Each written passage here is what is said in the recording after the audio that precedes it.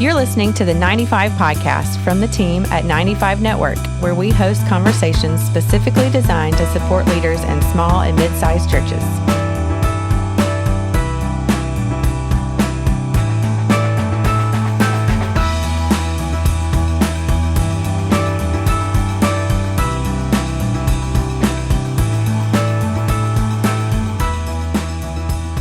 Well, hey, everybody. Welcome back to the 95 Podcast. This is Dale Sellers, Executive Director of 95 Network. Thrilled today to be hanging out with Karl Vaters. Karl's a friend of our ministry, a friend of mine personally, and also very flexible because we've been in the midst of building a new home. And as of the day of this recording, we actually got to spend the night in our new home last night. We got occupancy permit yesterday, which is it's in complete disarray, by the way. So I had to jump over and come over to my daughter's house to record the podcast because they haven't hooked up the Wi-Fi to our new house yet. So thanks for being flexible, Karl. Hey, no problem. Hey, last time Shelly and I were there, we were in the barn, but there wasn't even a wall on the house yet. So that's some serious progress since we were there last time. I'm trying to think. When did you guys come through? What was it before Christmas? That would have been February of this year, I believe. Okay, so when you came, there was part of the foundation was done, if I remember right. Yes. Yeah. It took 3 months to get the foundation in. So we started building the house in March, and it turned into more of a project than I ever anticipated. It always does. My building, growing up as a builder, everybody, I guess they just figured that I could do it all myself. So, and I about did. Gina and I put down the hardwood floor by ourselves. She painted Quit blaming they. They figured you could do it all by yourself. There's no they in this. Dude, let me tell you, I intended on someone else doing this thing. But anyway, we have gotten that done. And, as we recorded this podcast, we've just aired 3 back-to-back podcasts honoring Tony Morgan. I went last week to Tony's funeral in Atlanta. It was a wonderful funeral, but it's just one that is still, I'm still trying to grapple with the fact that he's gone, out of nowhere like that, especially. Working in his yard, and they told a really cool story. So Tony has always been a huge giver, but he's also very frugal. And so they told this story about how that he had a friend who has started a new church plant and reached out to Tony and others for financial support. And so Tony, what he decided to do was to take all the money he'd been spending on yard maintenance and cutting his grass and stuff, and take that money and give that to the new church plant. And he actually died cutting grass. And so it's just like, even in his last moment, he was serving churches. It's like I said, it's been so surreal trying to just get a understanding of that and processing it. But, I'm thankful for what he's done. I'm thankful for the impact he's had on churches. I'm thankful, that he's created conversations that really have opened doors for us in some ways. Just the conversations that they've created about helping churches understand, hey, you know what? It's okay to have a strategy. In the Greek, it's called PLAN. In the Greek, that's how you spell it. It's called plan.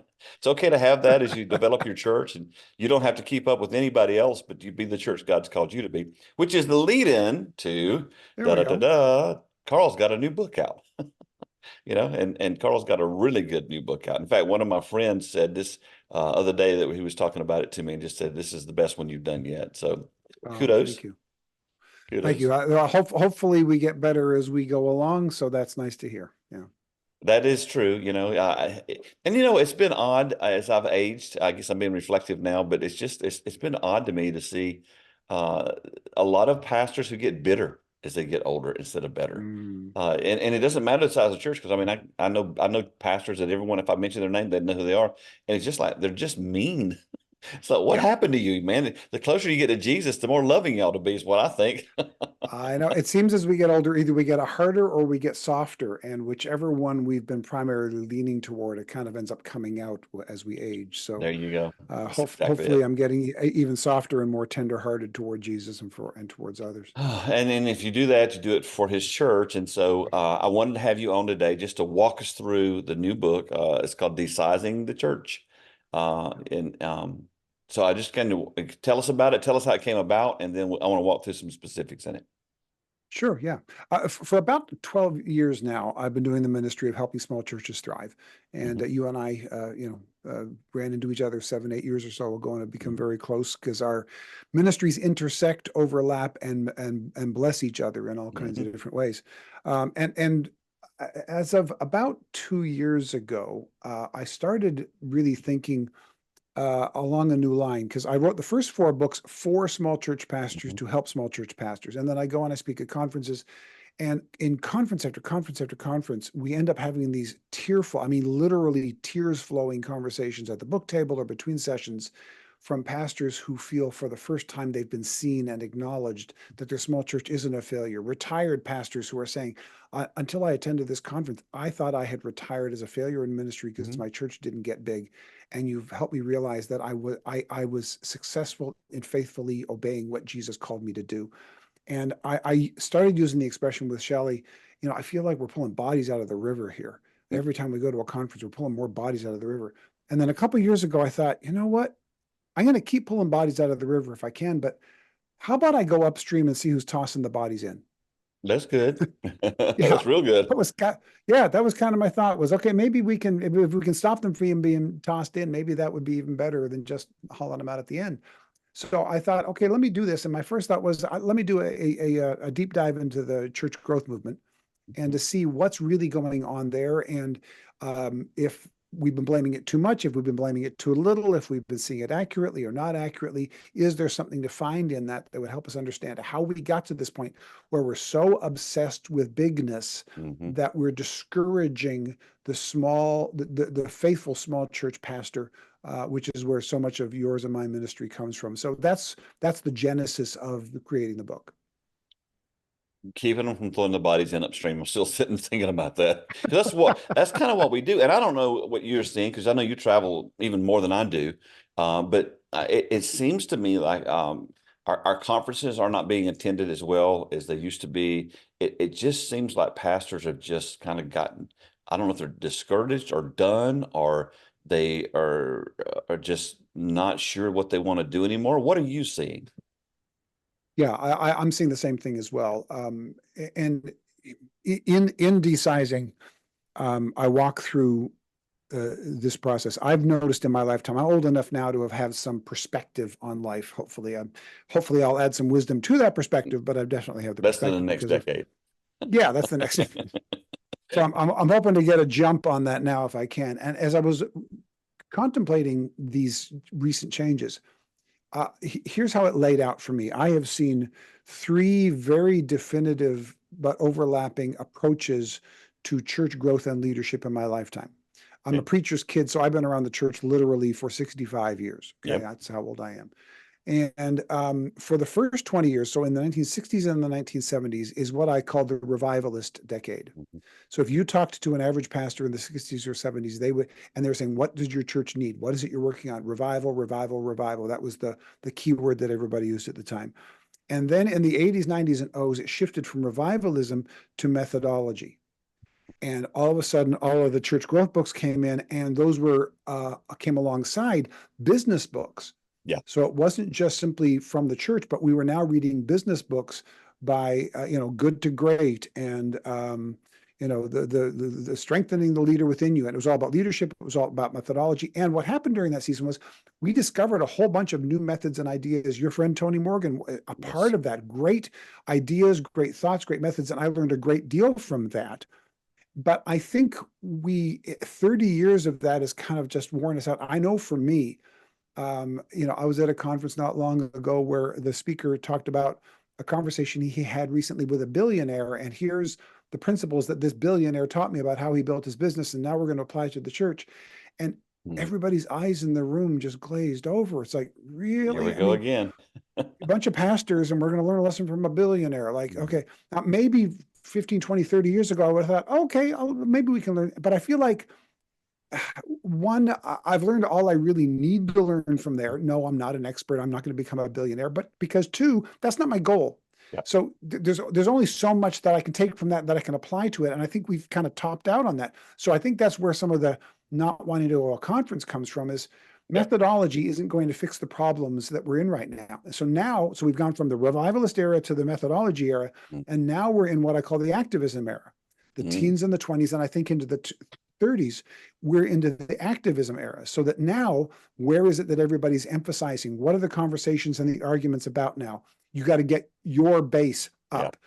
The left against the right, or in some churches, the really, really right against the not quite so right, or the really, really left against the not quite so left.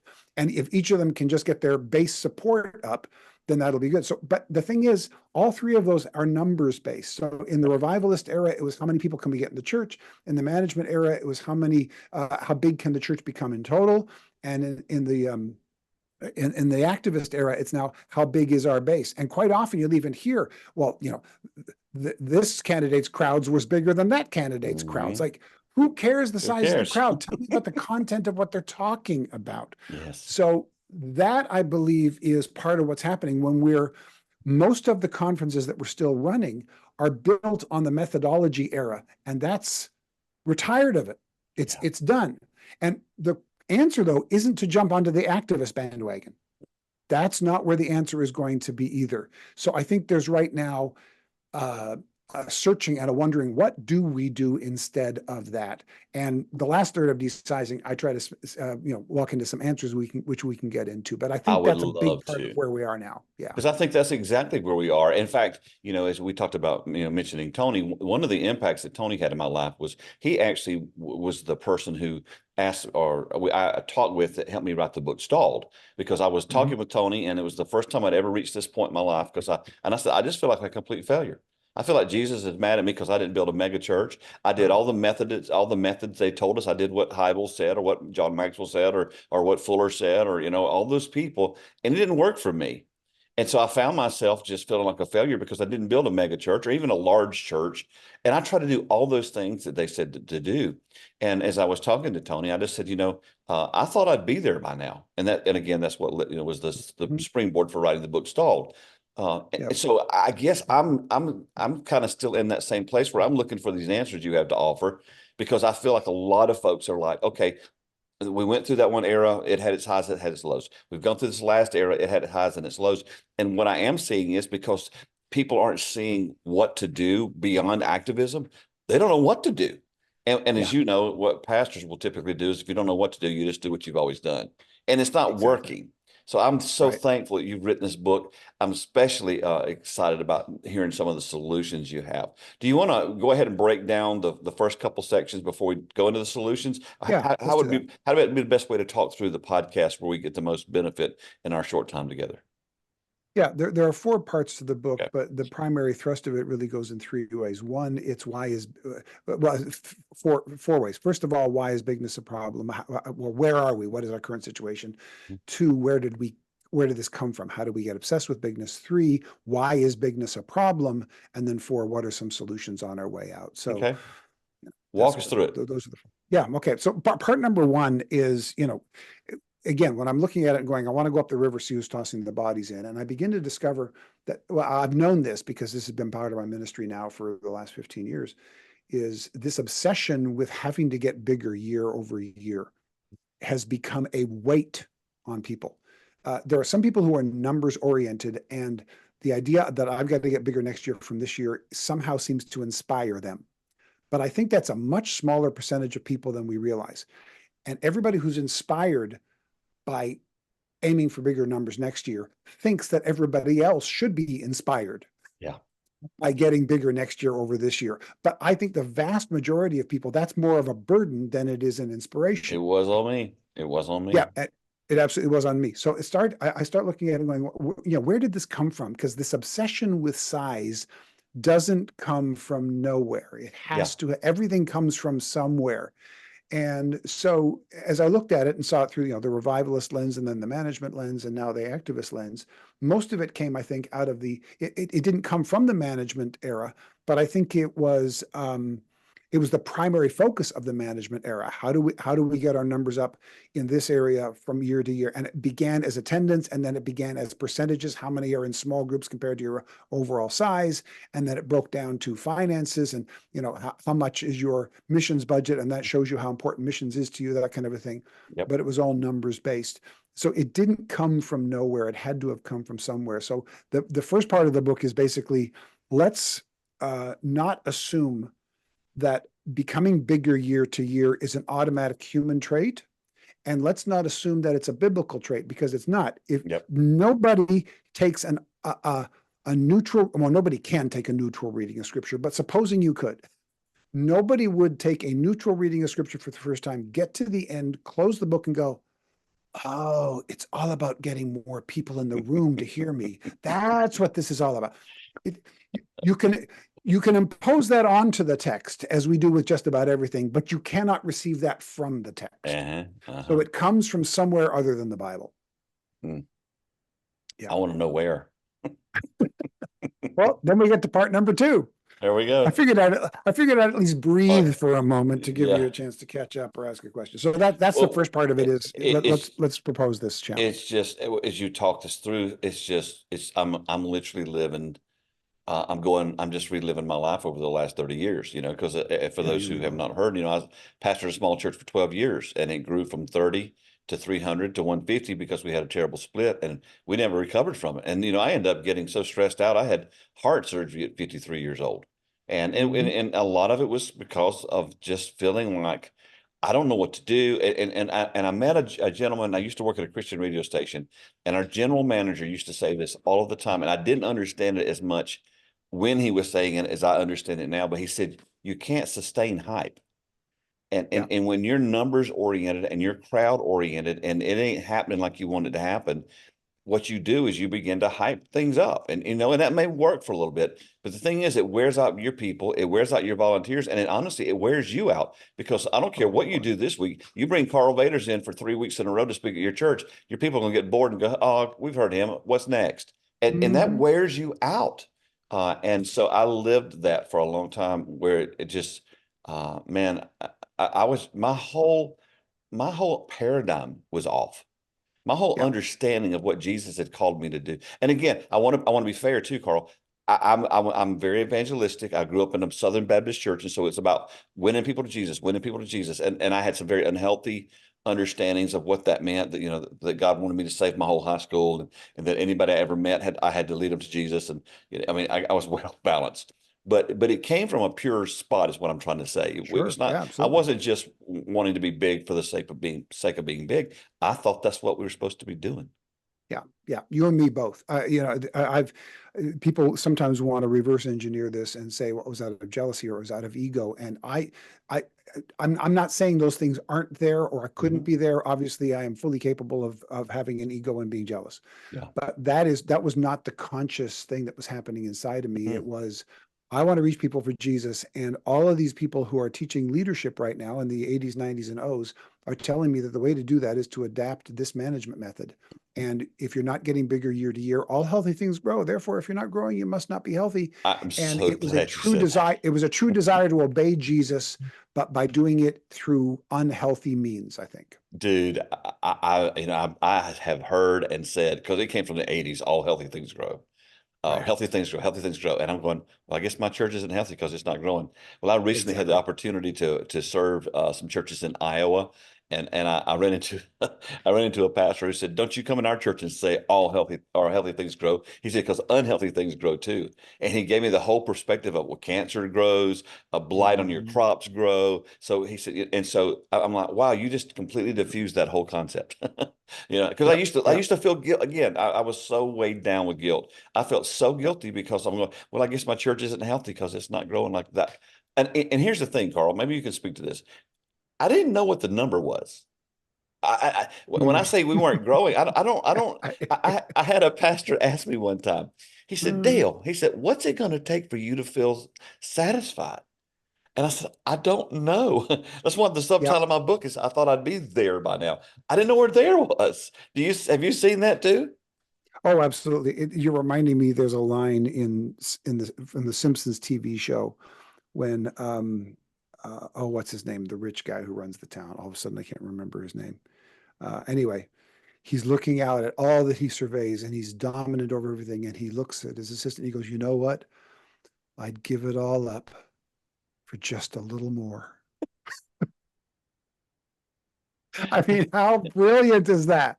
Right? Of course, I'd give it all up for just, that's where we all are. I'd give it all up for just a little, what do we want? Just a little more. A little more. And that relentless thing never ends. So I thought, what would happen if we could somehow remove the need to get bigger year upon year from the shoulders of every single pastor in the world? I believe if we could just remove that one burden, we would increase the healthfulness and effectiveness of the worldwide church in ways that we can't even fathom. Before you move on, though, did you really ever nail down exactly why we became that way? Because you and I caught it. I mean, we caught it.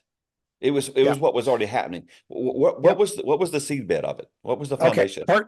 Part 2 of the book. All right. So I'm asking good questions.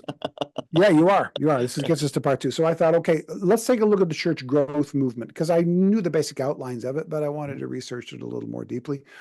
And so one of the first things I did was I thought, you know what? I know Donald McGavran. There's this guy, and he's considered the pioneer of the church growth movement. I want to find out what he did. So I picked up his biography written by Gary McIntosh, and I read through his biography, and it was fascinating. And Dr. McIntosh really helped to remove some of the negative myths that were attached to Donald McGavran. McGavran was a missionary in India in the early to mid 20th century. And he started noticing that, or he started hearing reports of entire villages in India that were coming to Christ. Like every single person in the village came to Christ within the last 2 weeks, kind of a thing. And he thought that can't be, but he figured he'd check it out. And he went to check him out and realized it's true.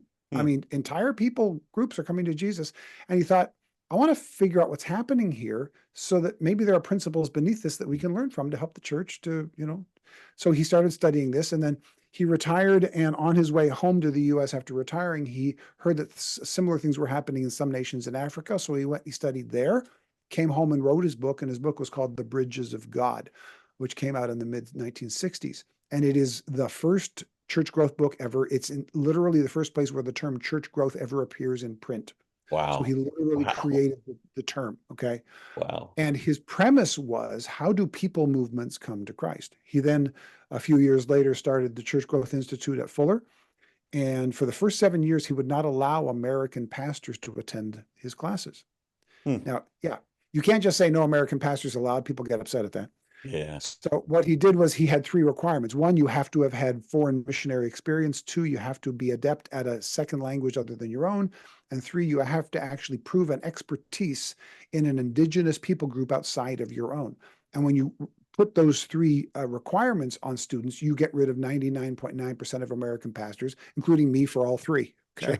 Sure, me too. Right. But so he's teaching this class for 7 years, and it's all foreign, or some of them are American, but they've been American missionaries. And the American pastors are banging on the door, we want in, because they're reading his book. Yeah. And they're going, we want more of this. And finally, after 7 years, he relents. And in 1972, he teaches the first class to about 20 or 25 American pastors, along with C. Peter Wagner, one of his early students. And that is considered the spark point for the entire church growth movement. Wow. So I knew the broad strokes, but what I didn't know was his disallowing of the Americans. So I thought, why is that? So I got a hold of the author of his biography, Gary McIntosh, and I asked him, Dr. McIntosh, why would he not allow American pastors in? What did he know about us as Americans that he wanted to keep this information from us?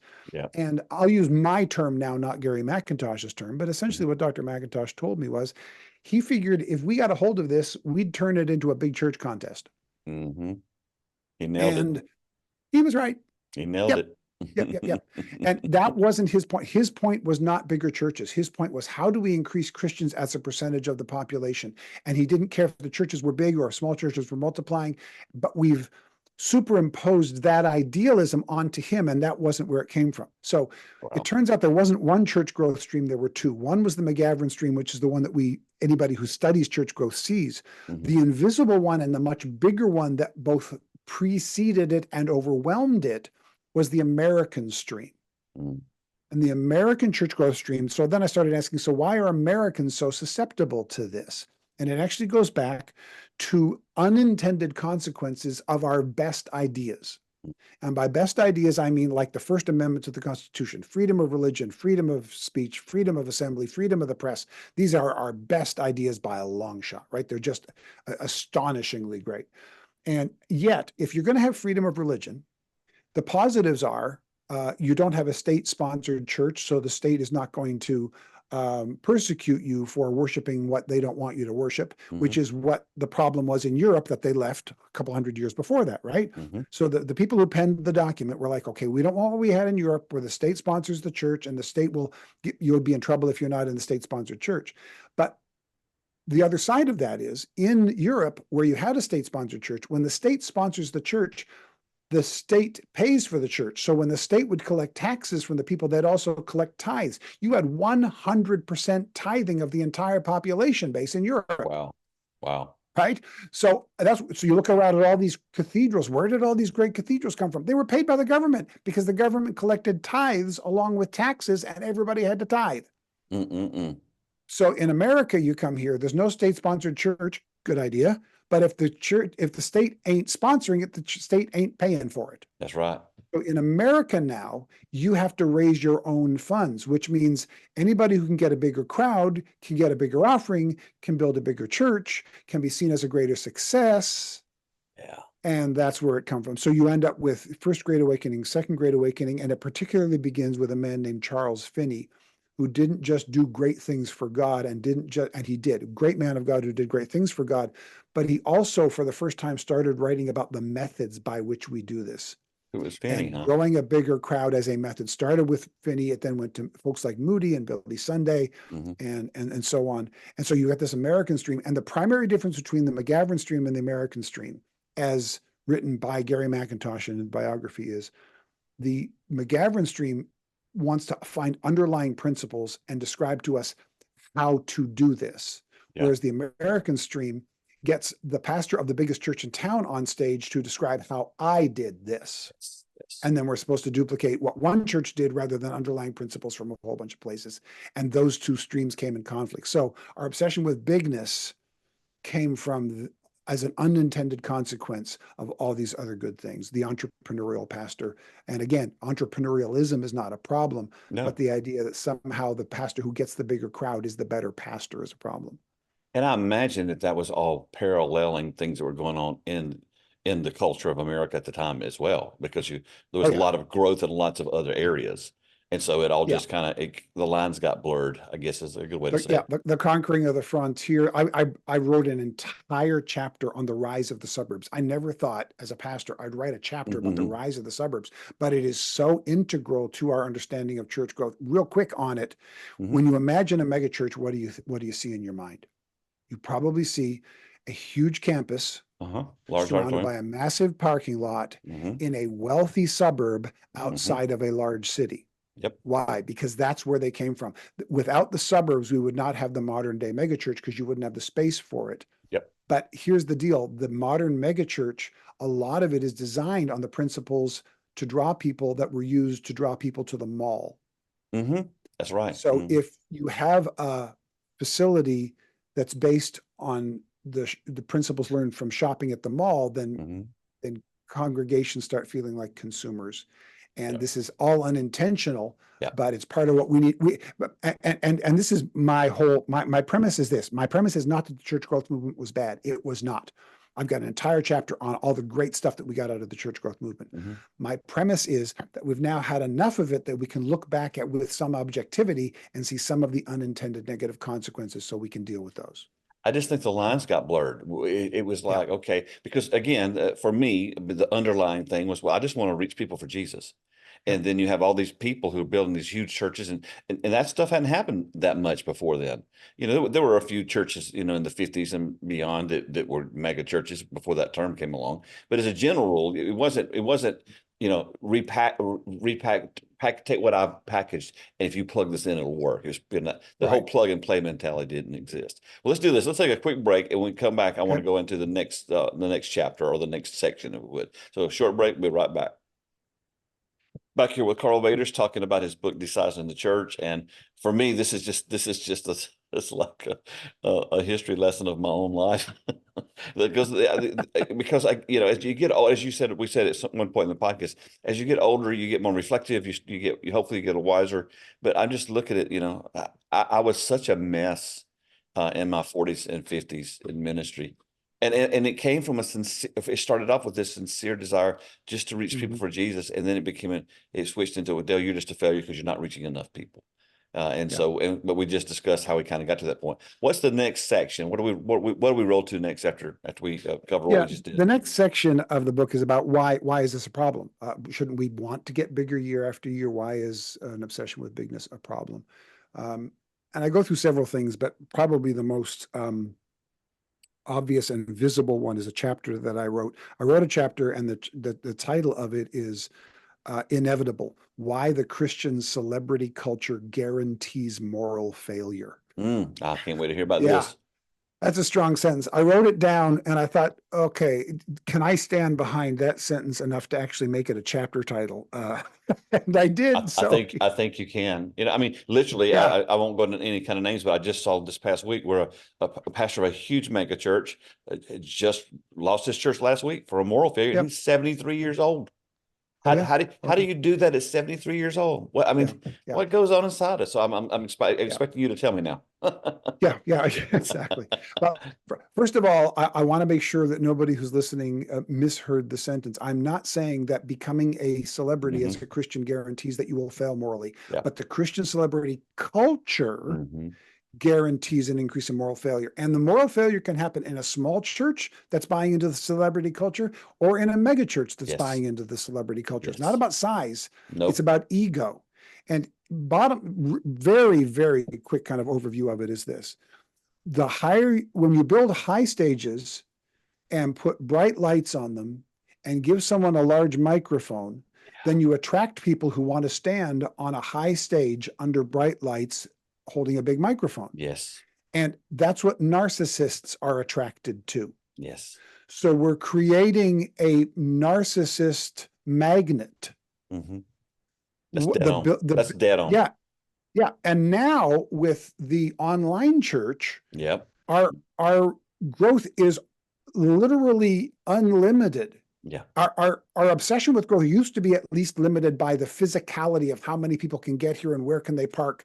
And there was a geographical barrier that stopped churches from getting big beyond a particular size. If anybody goes back to, for instance, a purpose-driven church, Rick Warren, and he talks in there about how big he's expecting his church to get, and he talks about the physical limitations of it. He says in Southern California, everybody drives their car, so we've got to have a parking lot that's this big, and it can only get this big until it gets to the point where people will stop coming because it's too much of a hassle. Now, and that's not a blame. That's just simply the nature of size. Okay, that's the way it is. But now with the online thing, all of that is removed too. So now the stage is as big as the entire world. It is. And the microphone and the spotlight are equally big, which means we're going to attract even more narcissists. So this idea of a single pastor who's somehow got all the answers and that everybody needs to hear from, one, it attracts narcissists, and then two, it actually distances us from the people that we're supposed to be ministering to. Now, I pastor, my entire time in pastoral ministry was in smaller churches. And now, even today, with helping small churches thrive, my average size audience that I talk to physically in the room is about 100 people, 150 sometimes. But every once in a while, I'm in a much bigger room. And last March, I was invited to go and speak, to 7,000 pastors in Germany, of all places. Like, those were cool. I didn't think you could. Those were cool pictures, by the way. Oh yeah, it was ridiculous. I said I didn't think you could get 700 pastors together in Germany. I mean, Germany is very post-Christian, but 7,000 pastors. I was one of 17 speakers who was on the main stage. I was grateful for the opportunity. It was very, very different than my normal thing. And I'm standing on stage, and it's occurring to me as I'm speaking and as I'm being interpreted. That's the thing. Part of while he's interpreting, I get to think of other things, and I'm looking around, right? And it occurs to me right now, as I'm speaking on this stage is about the height of the ceiling of my church. So it's pretty much like standing on the roof of my church. Yeah. A little lower than that, but not much. I am now speaking to a group of people, and the front row is farther away from me now than the back row is in my home church. Mm-mm-mm. And I'm looking at people, and I'm looking around the room. Fewer, well under 10% of the people physically in the room with me are looking at me. They're looking at my image on a screen Watching beside the me. screen. I always watch the screen because I can't see that good.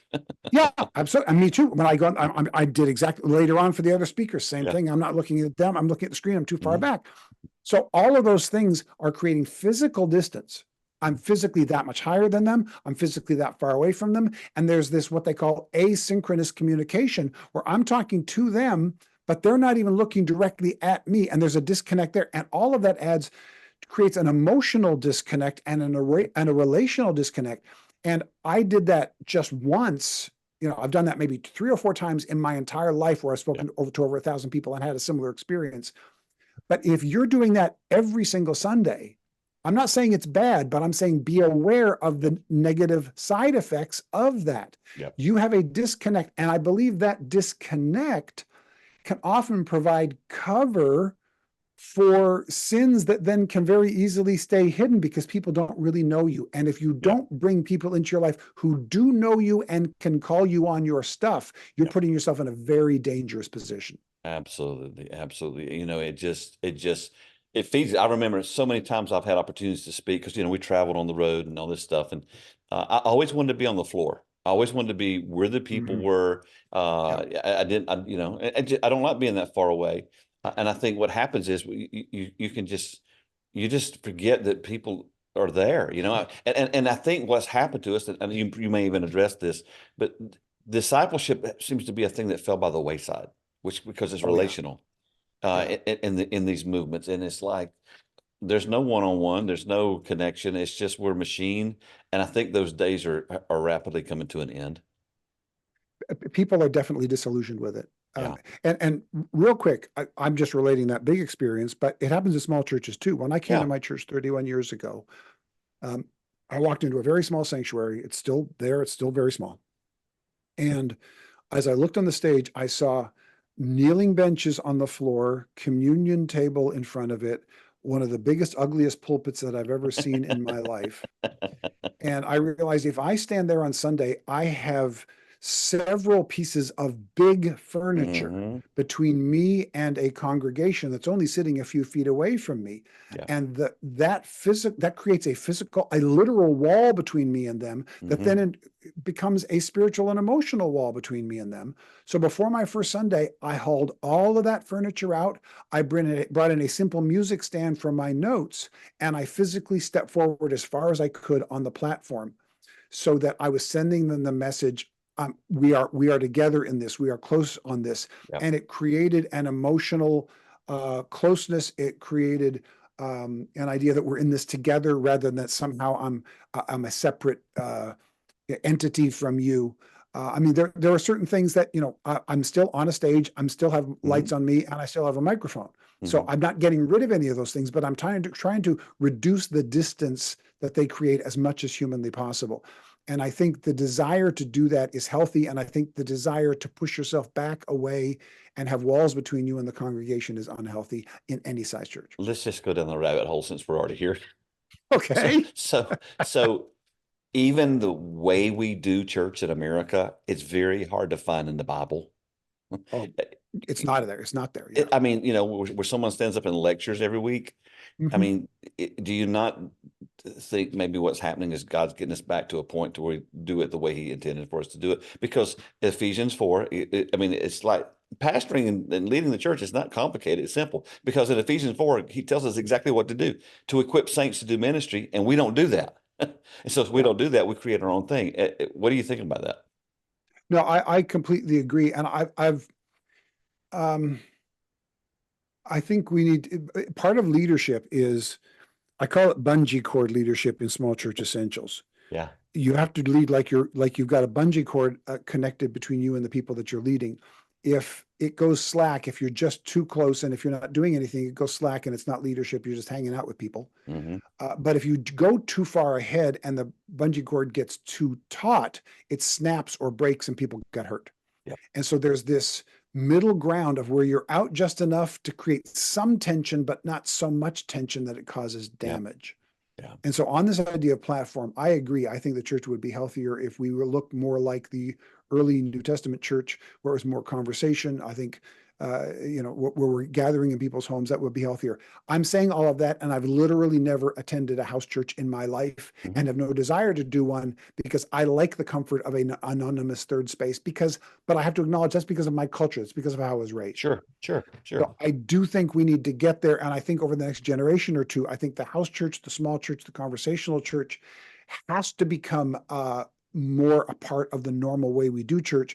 But, and there are some people who have just made that cut and are doing it, and God bless them. Thank you. You're leading the way. I'm not there with them emotionally, but I'm there with them as a principle. I think they're doing the right thing, but I'm just not ready to go there because, but yeah, we need to get there. The whole structure of sitting in rows to look at one person on a stage for the bulk of the entire time we gather is unhealthy, which is why my podcast, for instance, I retitled it The Church Lobby, because I'm convinced that the church lobby, and the smaller the churches, the more true this is, more ministry happens in the church lobby than that often happens from the platform. And we need to get better at that. And maybe the inroad to this new way of doing church is going to be found through the lobby more than from the platform. We don't have time to chase this, but I do think that maybe what we value in America is education over anointing, as far as people leading us. That we could do a whole podcast on that. I won't allow enough time, though. We got to get to the last chapters where you solve all our problems. So alrighty. I need help, man. You've taken me down the rabbit hole, and now I'm like, oh gosh, help me, man. All right. The last three chapters are DeSizing the pastor, DeSizing the congregation, and DeSizing evangelicalism, but they'll have to read the book for those. There you go. The two chapters before that, where the book makes the turn, have two also provocative titles, so I'll go through them one at a time. Okay. The first title of the first chapter, where we make a turn towards the better, is this: Discipleship Fixes Everything.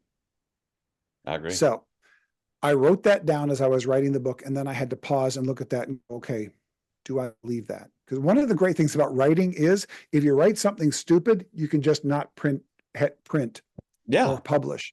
If you say something stupid on a Sunday morning, it's out there, baby. It's out there. But writing is great. But I thought, is that stupid or is that profound? Or is it somewhere in the middle? And as I was looking at the way it happened was this: I basically knew what I was doing in the first three sections, and I had all these different bits and pieces for the hey, what next section, but it wasn't organized in any fashion. I didn't have any themes. What's this really all about? So as I'm looking at each of the pieces, I'm going, that's kind of about discipleship. Oh, that's kind of about discipleship. Oh, that's about discipleship. And then I paused and went, man, it's like discipleship fixes everything. And then I went, there it is. Discipleship fixes everything. And then I asked, does it really? So think about this. Can you think of a problem a church can have that discipleship doesn't fix? Because I can't. Right? Lack of finances, discipleship fixes it. Lack of unity, discipleship fixes it. Lack of maturity, discipleship fixes it. Immorality, discipleship fixes it. It's almost like that's what Jesus told us to Equipping is a part of discipleship. Yeah, exactly. Equipping is just another phrase for disciple God's people, right? Yes, equip the saints for the work of ministry. I can't believe how deep we are at this age. We've come up with this new concept. Yep. So that's the first. So it's not a new method. It's not getting, rallying around your base. It's none of these things. It is, let's get back to what Jesus told us to do. Discipleship literally fixes everything. Totally. But I've got this conversation in my head. It didn't happen in the Bible. It's from the Bible, but it didn't happen in the Bible. It only happens in Karl's head. Okay. So here's the conversation that goes on in my head. In my imagination, Jesus gets together with his disciples on the Mount of Transfiguration, on the Mount of Ascension.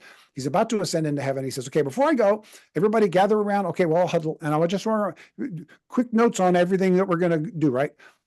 Just to remind you, I will build my church. They're nodding. And he goes, and you'll go make disciples. And they go, got it. We'll go build your church. Yeah. And Jesus goes, oh, no. Listen carefully. I will build my church. You go make disciples. And they go, oh, got it. We'll go build your church. No. And we've been having this argument with Jesus for 2,000 years. Yep. And it kicked into overdrive in the church growth movement. One of the unintended negative consequences of an otherwise good movement was we tried to take Jesus' job from him again. Oh, we'll build a church. Here's how we'll build a church. No, stop. Make disciples, and Jesus will take care of building the church. So we've got to redouble our efforts to make disciples. So that's the title of the first chapter, where the turn gets made. And the second one is even more provocative than that. And it's integrity is the new competence. So my two big answers to what ails us are disciple people and get our integrity restored again, become people of integrity again. You cannot find a single person who has walked away from the church, who calls themselves an ex-evangelical or says that they're deconstructing, whatever term they use, doesn't matter to me. You cannot find a single person who says, you know what, I left the church because they just couldn't get their methods right. Their management principles just weren't up to speed for me. So how can I serve Jesus in a church that doesn't have good management principles? That doesn't work for me. You won't find a single person who left because we have bad management principles. But you will find people who left the church who said, you know what, they said they believed this, but their actions betrayed what they said they believed. That's right. They're leaving because of lack of integrity. Now, you've also got people who are leaving because of their own lack of integrity. Understood. Sure. I can't be responsible for that. I can only be responsible for me. We can only be responsible for us. And there are a large number of people who are looking at us and going, you are not who you said you were. You are not living up to the standards that you say you hold. And they are calling us back to be people of integrity again. This generation is not as concerned that you agree with them. This generation is more concerned that you agree with yourself. And your actions speak. That your actions and your speech match each other. That your ideals are correct. But we've got this, what they call cognitive dissonance. Cognitive dissonance happens when my standards are up here and my behavior is down here. And there are only two ways that can be resolved. One, if your standards are higher than your actions, you can lower your standards to match your actions, which is what we see in the culture around us. Or we can raise our actions to match our standards. And as a church, we don't have the option of lowering our standards to match our actions. We can only raise our actions to match our standards. And I'm convinced, I know, because I've seen it, when we do, a generation that doesn't even share our standards will honor and appreciate that we are living by our own standards. Absolutely. If you're a person of integrity, and I mean, people will just they'll respect you. And if you're not, you become as a, what does it say? As a sounding brass and a clinking cymbal. Just you're not gonna have an impact. So here we are, we're at the end of the podcast. There are pastors out there who are going, you know what, everything you're talking about, I've either lived or am living or feel, and I don't know what to do right now. You had that conversation with someone. What direction would you point them, Karl? What would you say to someone who's just like, man, pastors aren't supposed to say this, but I'm lost. Not salvation wise. I don't know what to do as a pastor anymore because the whole paradigm shifted. We need to spend more time listening than talking. I was trained how to talk. I wasn't trained how to listen. I was trained how to do ministry from the platform. I wasn't trained how to do ministry in the church lobby. I was not taught. I was taught, but it wasn't emphasized as much as it should have been. The importance of character, the importance of accountability. And as you know well with your soul care stuff, the importance of rest. We are one of the big unintended negative consequences of the church growth movement is we're all at a frantic pace trying to get the numbers up. We can't get pastors to even understand that Jesus expects them to take care of their soul. It's like I'm speaking Chinese. And I'm not in China. I mean, it's just crazy. Yeah, exactly. Example, we tell pastors that the Lord expects them to Sabbath, and they think, no, we're the exception. And they just kind of tune me out from that point on. It's like, wow. Anyway, keep going. I'm sorry, I didn't interrupt you there. No, I fully agree. In fact, it was one of the most positive affirmations of my ministry that I've ever received. It happened a couple of years ago, and I was at my home church, and I had preached that morning, and part of it was about Sabbath and the importance of Sabbath, the importance of taking a rest. And at the end of the service, two young ministers in training came to me. One, the older student and a younger student, walked up to me. And the older student looked at me and said, Pastor, when's your Sabbath? Because you're working today. Right? He didn't say you're working today. He just said, when's your Sabbath? Yeah. Mm-hmm. And I said, it's usually on Saturday, but if I can't get it on a Saturday, I'll take it on a Monday. And he looked at the younger ministry student and said, see, told you. And I went, what's going on? Did I just have a test and I didn't know I had the test and apparently I passed it? He said, yeah. He says, so the younger student was asking the older student, well, Pastor Karl says we should all take a Sabbath, but here he is on the Lord's Day and he's working. So he's not taking a Sabbath. He's not living what he's saying. He says, I guarantee you, if we ask him, he's going to tell us today is not his Sabbath because it's a work day that he takes a different Sabbath. And sure enough, as soon as it's like, and the guy went, whoa, okay. So I'm not trying to brag on it. What I'm trying to say is there was an integrity to what I was stating that the people closest to me knew, and the people who weren't as close to me, they were wondering, so you didn't even have to talk to me to know I was a person of integrity because the people who were closest to me knew I was a person of integrity. Yeah. That is, as I will never receive a higher compliment than that. Mm-mm. And that's where we need to be. That needs to be, the closer the people are to you, the more they need to perceive you that way. If people at a distance are perceiving you through a rose-colored lens, but the people closest to you are going, yeah, but they're not quite, then you got a problem. If the people from a distance are going, I don't know if they're living up to that, but the people closest to you are standing up for you going, yes, that is who they are. That is what they are. They're not perfect, but they are a person of integrity. We've got to be living a life that is seen by the people closest to us as a life of integrity. Dude, I could talk to you for 10 hours. And we have, and we will. But there won't be mics on. Yeah, the podcast can't last that long. So, folks, the book's called DeSizing the Church. We'll have links to it here in the show notes. Obviously, you can just go on Amazon and get it. And Karl, I appreciate you so much. Our friendship continues to grow. I think as we get older, I know for me, I'm more dependent on Jesus now than I've ever been because I don't have the answers, but we're at least, doing what we can to help pastors. Thank you for your love of pastors and your love of the church, man. You got it, buddy. You too. Thanks for listening to the 95 Podcast. We look forward to sharing another episode with you next week.